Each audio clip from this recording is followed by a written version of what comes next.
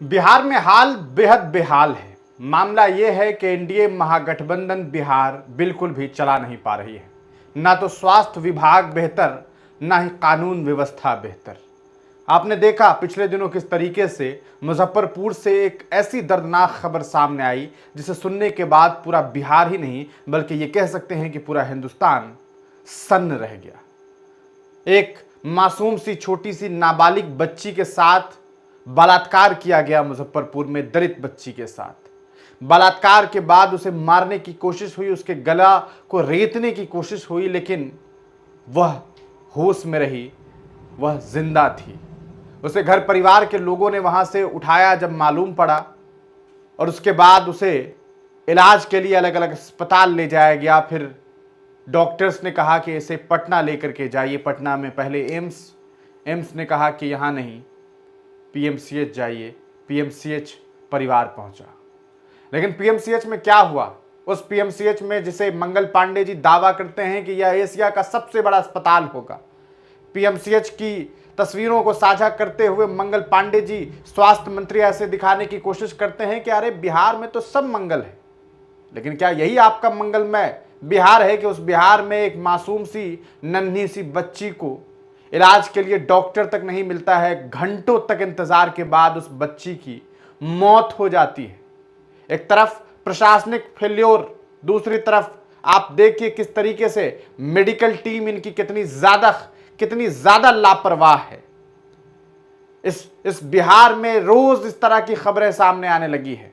रोज crime के मामलात बढ़ते जा रहे हैं, और यही वजह है कि कांग्रेस पार्टी इस पूरे मामले को लेकर के विरोध प्रदर्शन कर रही है।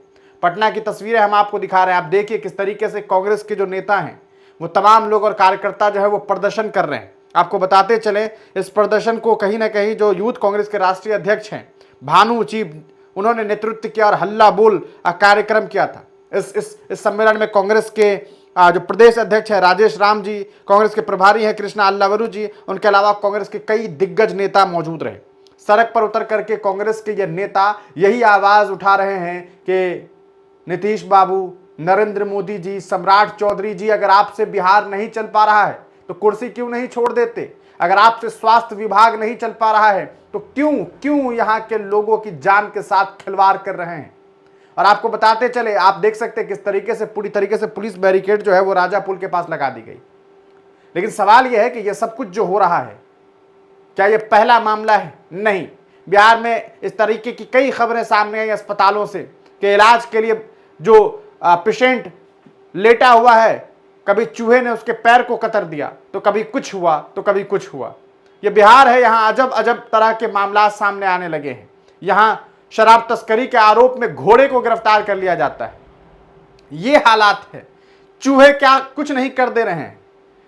इन तमाम मामलात ने सीधे तौर पर यह साबित कर दिया है कि बिहार आज डबल इंजन की सरकार नहीं चला पा रही है। बिहार को बदलाव की जरूरत है।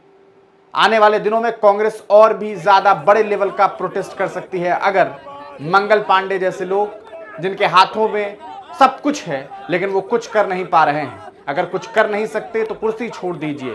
कुर्सी अगर नहीं छोड़ेंगे तो मुमकिन है कि आपकी कुर्सी से आपको हटाने के लिए जो विपक्ष में बैठी पार्टियां हैं वह तमाम ताकतें लगा देंगी, और कांग्रेस पुरजोर तरीके से विरोध कर रही है।